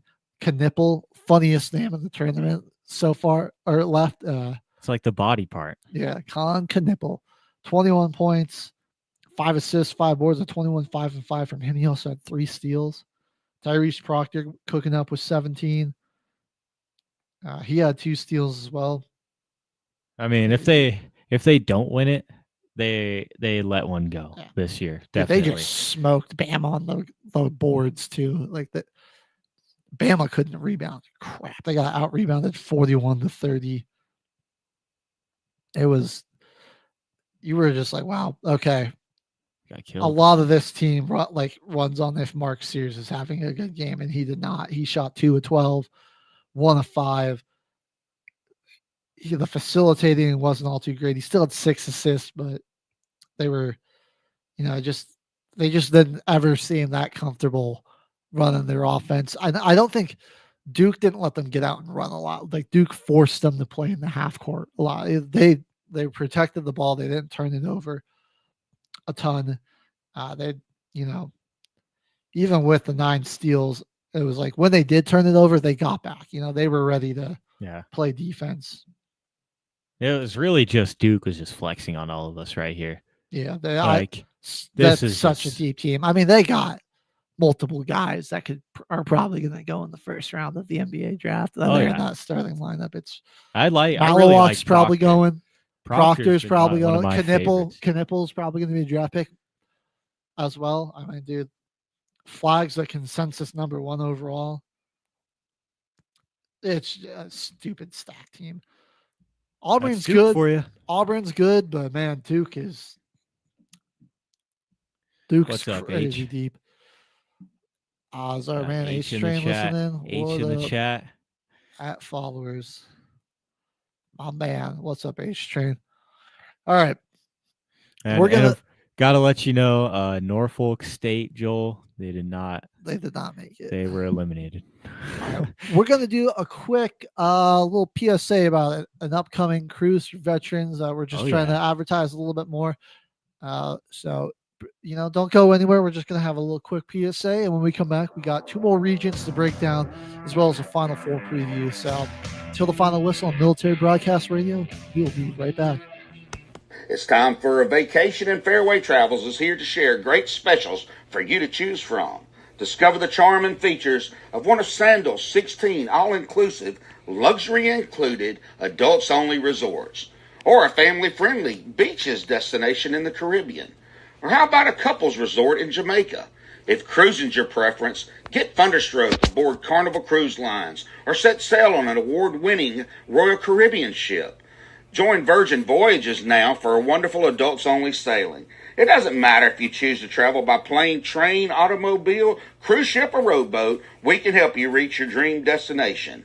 Contact Fairway Travels today at 228-365-1012. That's 228-365-1012. Or email bookitnow247@gmail.com. Fairway Travels, where your journeys keep satisfying. Military Broadcast Radio, the station that's giving veterans a voice. Find us on the web at mbradio.net. Opinions expressed in this program are those of the speakers and do not necessarily reflect the views or positions of any entities they represent. You are looking live, everybody. Welcome back to Till the Final Whistle. HG and Caveman back in the house. Let's get into it now. We finished our breakdown of the Elite 8 and Sweet 16. Pop over to the Midwest here. We'll get into that. Those Sweet 16 and Elite 8 matchups. Because I just want to get boring-ass Houston out of the way. We'll start with Tennessee, though, actually. I'll start with Tennessee and Kentucky. Because that was a pretty good game. It was. Kentucky had to battle back at the end, but they really got outclassed by Tennessee here. Yeah, they did.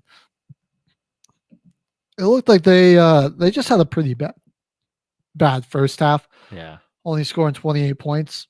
I think if they played a little bit better in the first, this would have been closer, but had such a big deficit that they were playing from behind. Got to a point where you had to start fouling a lot earlier than you would want to. And that was pretty much all she wrote. Chaz Lanier, Zakai Ziegler doing most of the scoring here for the Volunteers. Guys were only combined 3 of 9 from the line. That was kind of interesting. Usually some better 3-point shooters, but Tennessee didn't really need the 3-ball this game. They just did a lot of their work from the interior and played some really good defense, which is what they do. Points in the paint were pretty even, actually. Turnovers were pretty even for the most part. Kentucky only had 4 more. That they didn't let Tennessee, capitalize on those a huge amount. But they just could never really find a way to claw their way back into it or close the gap enough. Yeah, they really couldn't get back into it. They had not the most efficiency, except for Lamont Butler was the only one that was really killing it scoring-wise for him. And he kind of had to fill up the stat sheet, too. It's 6 boards, 3 assists, and a steal. Right. It was a pretty good shooting day from Kentucky overall. I mean, they were 49% from the field. They knocked down 40% of their threes. It's not bad. You'll take that. Rebounding was, they just only 24 in this game. Yeah, they got killed by 10. Right. Because, Tennessee shot well inside. They were terrible from 3. They only shot 26% from there. Yeah, but 5 and 19. Yeah. Kentucky's offense at times, it was stagnant, only 10 assists where it feel like they were kind of like stuck in molasses and they just couldn't really get the ball moving, get their offense grooving. I gotta say, for how deep the SEC was and how good this side of the bracket was, honestly, some of the teams that Kentucky had to beat, they had to get past Illinois. Guess Troy wasn't all too difficult. Then they ran into Tennessee. Yeah. I got to say, I think Sweet 16, especially how last season ended, feel good about that for Kentucky. It's a good year. Yeah, you're still kind of in a little bit of a transitory period where I think they're close to getting a team that might be ready to go on the deep run again, but they're not there just yet. So Sweet 16, I honestly wouldn't have been shocked if they lost in the round of 32. So I think making it to the Sweet 16 is pretty good. Feel proud of that. Man, that's a good run. Good run. Purdue almost saved us from having to watch more Houston basketball, but they just couldn't do it. It came down to the wire. Bro, what happened on that last shot? Because when it went up, I thought he greened it at first. I know. I was like, oh, that feels good. And then it missed by a lot. That deceptive jump shot there. Yeah. That's what that is. Yeah. It was a really bad hit. Oh man, who was that took that? That was that Fletcher Lawyer? I think it was Lawyer, yeah. Yeah. Which 2. Man, I know he wasn't having the greatest game, Braden Smith, or neither was Trey Kaufman-Renn. I know Lawyer was take a 3. Right. I know Lawyer was your leading scorer. I would have really tried to draw it up that one of those guys got it, man. Braden Smith especially, just because I know he's 1 of 5 from 3, but that guy when he gets going from 3 would be crazy. And I just think if there's anybody that was going to hit that shot, it would have been one of them. Yeah. Yeah. I don't know. I would have still drawn it up for Braden Smith, but I'm just the guy that talks in the mics about basketball after it's happened. I've never coached the game. So true. What do I know, Braden Smith did have 15 assists though. He couldn't score very well, but he was just giving it to his boys. Impacted the game that way. Yeah. Just dishing it to the boys. Dude's an elite passer. He's a senior too. I think he's declaring for the draft. You know what? It's dude I want to see on the Nuggets right there. I feel like he could be a very solid bench player. It's a dude I want to see on the Nuggets. With that passing, facilitating ability, oh my gosh. Right. Get a little mini Jokic on the team. Come on. So quiet game for LJ Cryer in this one. Not that he tried to make it a lot, he just couldn't. 2 of 13 from the field. His boys Emmanuel Sharp, Milos Uzan stepped up for him. 22 and 17 from those guys. Jawan Roberts with the 12 boards. Just a very typical Houston game. Slow, grinded out type of matchup. Neither team shooting it exceptional. 40%, 37% respectively for each team. Not too bad, not great. None of that blows your mind. And yeah, very low scoring, 62-60. Came down to the final shot. It was a good contest on that final shot too. I'll give you Definitely. that. I mean, the arc looked good at first, but I think that contest just made it hard for him to get enough on the ball. Definitely. Right there. And then really good game by Houston on the boards with their 38 rebounds, plus 11 over the Boilermakers right there. So Cougars looked good against Purdue. Man, I gotta say Purdue made it further than I thought they would. I didn't think they were 12 loss team this year. Still good enough for a 4 seed. I just wondered, I thought that they could easily get caught off guard or get caught lacking in one of the first 2 rounds. But they took a 1 seed down to the wire in the Sweet 16. So they got a bit of an easy path there, though. I mean, 13 seed and then a 12 seed. High Point and then McNeese. So. And then you go and play the number 1 seed in the bracket after that. That's hard. That's very tough. Keep it in a 1 possession game to the last shot. That's a good game right there. That's a good game. Yeah. All right. And then in the Elite 8, what a lot of people theorized might happen is that Tennessee's offense disappeared and lost them the game. And that's kind of what happened. That's pretty much what happened. They ran into defensive juggernaut. Dude, they were 5 of 29 from 3. They falling on these old tropes of just chucking up threes when it's not falling. I don't know what these if I'm a college coach and my guys just can't hit threes, I'm like, stop doing this. Unless you are wide open and there's no chance of anybody closing out, get downhill. Like let's take some mid ranges. Let's get some easy shots to fall before we start chucking up threes, man. Like 17%. They were Houston 28% really didn't from the shoot all that field. much better from three. So Yeah. you feel like you didn't Well, I really mean, have to shoot your way out of 17% to 36%. I mean, that's They got killed. 36 they- isn't really that great, but It's It's better. It's miles ahead of insanely better. 17%. Yeah.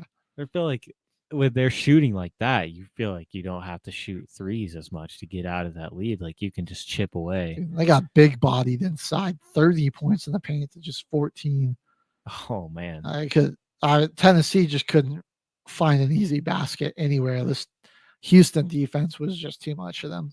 They're getting flustered. Lanier got 7 for 7 at the line, but dude he was 4 for 18, 2 of 12 from 3. Zakai Ziegler 1 of 9 from the field. Rough. And then I mean their best shooter, Jordan Gainey, 6 of 12. So they're I can't even really count the guy that went 1 of 2 or 1 of 1. Like that doesn't really Yeah, count. that doesn't really count. Like your best volume shooter was 50%. That's rough. That's pretty rough. Yeah. And he's also coming off the bench too, so Yeah. it wasn't one of your starters. Yeah, the takeaway starting minutes from somebody else to give it to a bench guy.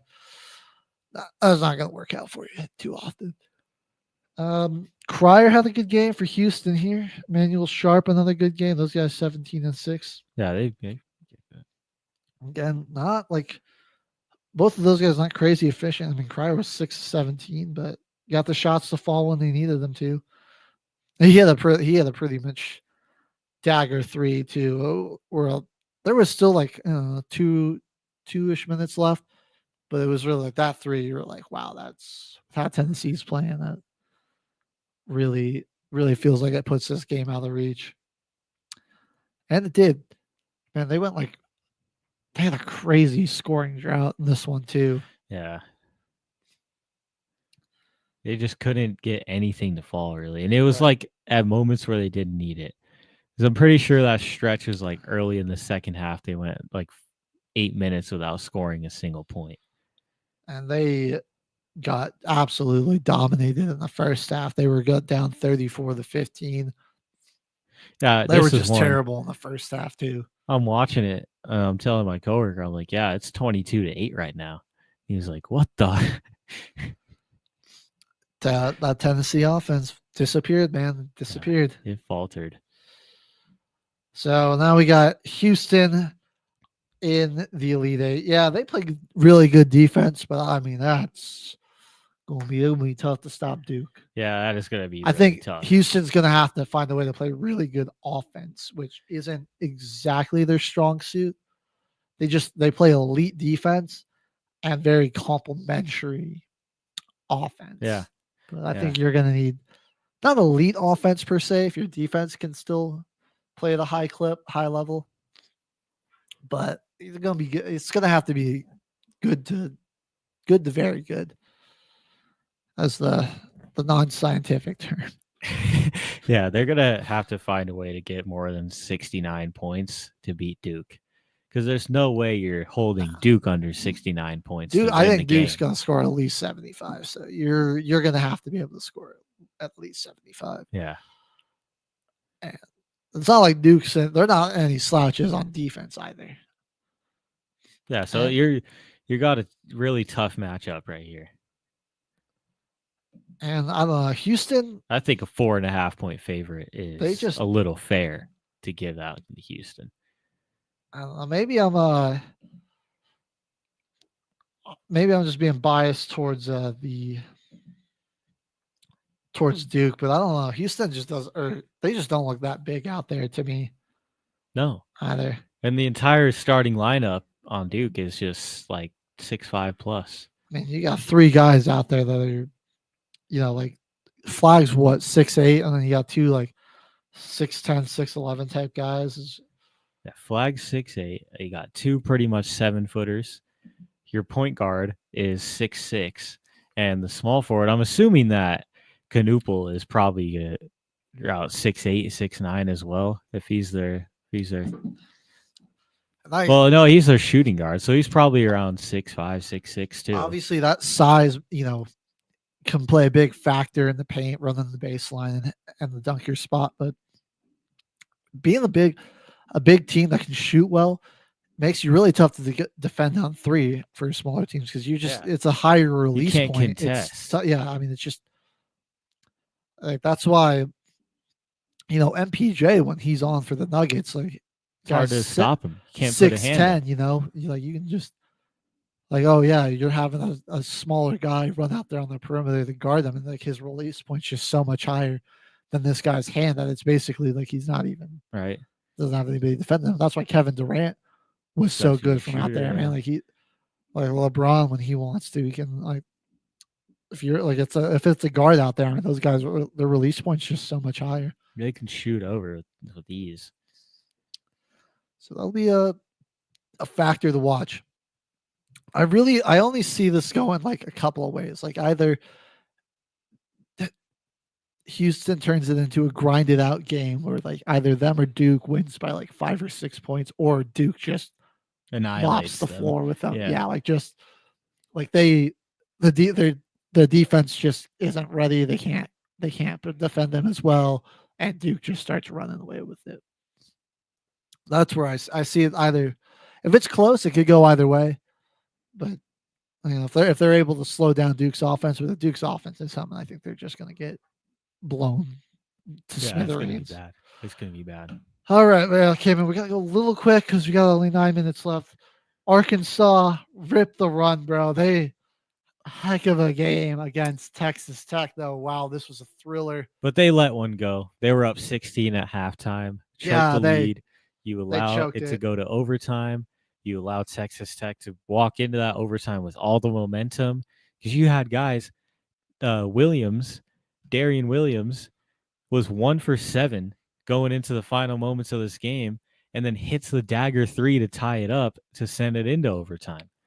He was 2 for 10 from 3 in this game, and his second shot was in the final seconds, and he just drilled it. I know that they were shooting pretty poorly from 3 all game, but in that moment where you're only up by 3 and they got to take it, you got to close out more aggressively on that shot. You got to close out. I mean, it was a very lazy, they're screening him and giving them some space for the 3, and it's like not a ton of effort to fight over the screen, put a hand up, and it wasn't really in that moment. That's not a real contest. Yeah, when you need a stop there. No, that's one of their best players. You can't just give Darren Williams that shot. Yeah. I don't care if he was until that point, 1 for 9. Don't give him that shot. And then he ended up hitting the final kind of dagger shot there, banging inside in the paint. Tough one, like over a sea of big guys. Yeah. Because Arkansas was really mucking up the paint. They can run huge lineups with like 3 bigs at once. It was a heck of a bounce back there for Texas Tech in that second half. They did some good things, like they had JT Toppin. They did look like he looked a little uncomfortable early, and he still found his rhythm though, dude. He did. 5 blocks, 20 and 10, man, 10 for 18. I mean, yeah, pretty crazy. I've put some respect on your name. Man, that guy also some monster rebounds in the second half. Like I didn't even realize he gave Texas Tech like 4, like he had like 4 offensive boards in like 1 possession. It was like they kept missing, and he just kept getting that ball for them. Yeah, they were like going over like 3 guys. It was just insane. On the Arkansas side, John L. Davis was really good. 30 points. Got to the line a lot. 11 for 11 there. 11. Wow. Yeah. Carter Knox was pretty good. Arkansas, I mean, hey, you had to go up against Kansas and St. John's before you even got here, and you beat both of them. So yeah, what a run. What a run. And then you took Texas Tech down to the wire. I think they got, like, you're an SEC school, you're in a power conference, you've got a Hall of Fame coach there. a lot of like underclassmen. Like there aren't a ton of upperclassmen on this team, so pretty impressive freshmen and everything. Arkansas could be a force next year. Like watch out for them. Yeah, definitely watch out for them. SEC is just improving a lot in basketball. It's been fun to watch this year. Just one last note on this game, man. Texas Tech, the O boards, they nearly doubled up Arkansas on those, and then they had 51 rebounds total. And that's shout out to Federico, who got 7. He was just a menace on the offensive glass. Gave them so many second chance points. And what an incredible comeback, though. I mean, this was the amount of value that this one single guy provided with only 13 minutes on the floor. Insane. Like, if you're Texas Tech, I actually don't know if he's a senior or a junior, what his plans are. I think he's coming back though. Like that guy needs some more minutes. Oh yeah. Especially because Toppin's a senior, right? He transferred in. He'll be gone soon. Yeah, I think Toppin Jr. is senior. Federico's a senior, so he's gone too. Never mind. Love that name though, Federico. But then they ran into Florida here, and that was unfortunate. Right. Do we want to actually let's talk a little Florida Maryland before we jump into the Elite Florida Maryland. I mean, what a season they had. Really came out of nowhere. Derek Queen, he's a freshman, if I'm correct, right? Yep. In the same class as Cooper Flagg was, and went to the same high school and everything. But he was on one. I wonder if he'll come back. Dude, 27 points for him. Yeah, he was fantastic. Jacoby Gillespie, that guy really impressed me all tournament. Big time scorer. But Florida's a very deep team. It seemed like their size made Maryland a little uncomfortable. And I think the physicality and power that Florida plays with just wore down Maryland. Because you look throughout the game, it was very close until the end. And then the Terps, it just looked like they got tired. They just got tuckered out. And it was too much for them. And you can really see the size of Florida where it plays a big advantage. A plus 22 rebound advantage. Yeah, that's bad. 42-20. That's bad. The defense of the Terps, man, they got a ton of steals, 12 of them. But then if you go and look at points off of turnovers, how did they capitalize on that? 17 turnovers for Florida and only 17 points for Maryland off of turnovers. So that's, you're basically averaging a point per turnover. Yeah, that's what? My gosh. Come on now. But a good season by the Terps. And they gave us really the only buzzer beater we've had so far of the tournament. Yeah, it was kind of a tricky one there, but could have been a. All right. Well, we got 3 minutes left, so we're going to wrap it up here with Florida and Texas Tech. And again, it was that size of Florida that seemed to make JT Toppin uncomfortable early. He eventually got it going again. 20 points, 11 rebounds, 1 block, 1 steal, 1 assist there for Toppin. 0 of 5 from the line, which not kind of surprising for me. I know he's a big man, but he's usually pretty efficient from the free throw line and just couldn't get anything. Just couldn't get on the fall there. Let's see. Walter Clayton, man. He was on one. I might have been wrong about this guy. I didn't think he had the ability to hit, when his team was struggling to shoot. I thought, okay, maybe he can be the guy that to hit a tough shot, get him some momentum. But I was like, I don't know. But he kept it in. He's been proving me wrong. He kept filling it up this game too, man. 30 points, dude. He can fly too. I always forget how fast he is, bro. He just insane speed. Well, he gets like he loves to get downhill. He loves to just attack the rim. And that's why you really don't think he'll be a shooter. Yeah. Just because he just uses that speed. But his late threes were really what got him into the Final That Four. speed too, it always puts defenders in a bad position. So he gets to the line a lot. He had 14 attempts here. Yeah. Like it forced teams to, it forced guys to really, their only way to defend him is to foul him. And then Thomas Haig off the bench, 20 and 11. This guy, man, could be a little bit of an X factor for Florida against Auburn. Definitely. Let's not forget, Florida did take down Auburn in the SEC tournament. Yep. Or no, wait, Bama did. But Florida beat them in the regular season. Yeah, they match up a lot. These two teams that are very familiar with each other. And yeah, this Florida team did win the SEC. Let's not discount them. They're a very good team. Yeah, they can, they can shoot the ball pretty well from three if they want to. And Auburn's going to be like, they're just going to have to find a way to stop letting Florida get to the line so much. Florida had 27 free throw attempts in this game. Pretty masterful at getting to the line. And yeah, another game where they had 42 rebounds. They're this time just +7 in the rebound advantage, but they rebound super well. They're a team that, if you want to bog it down and play it slow, they can do that. They can play defense and play you slow, or they can pick up the pace and score on you. So I'm pretty thrilled. We've reached 1:30 though, K-Man. So before we head off the air, give me your Final Four predictions. Final Four predictions. I'm going with Auburn over Florida, Duke over Houston.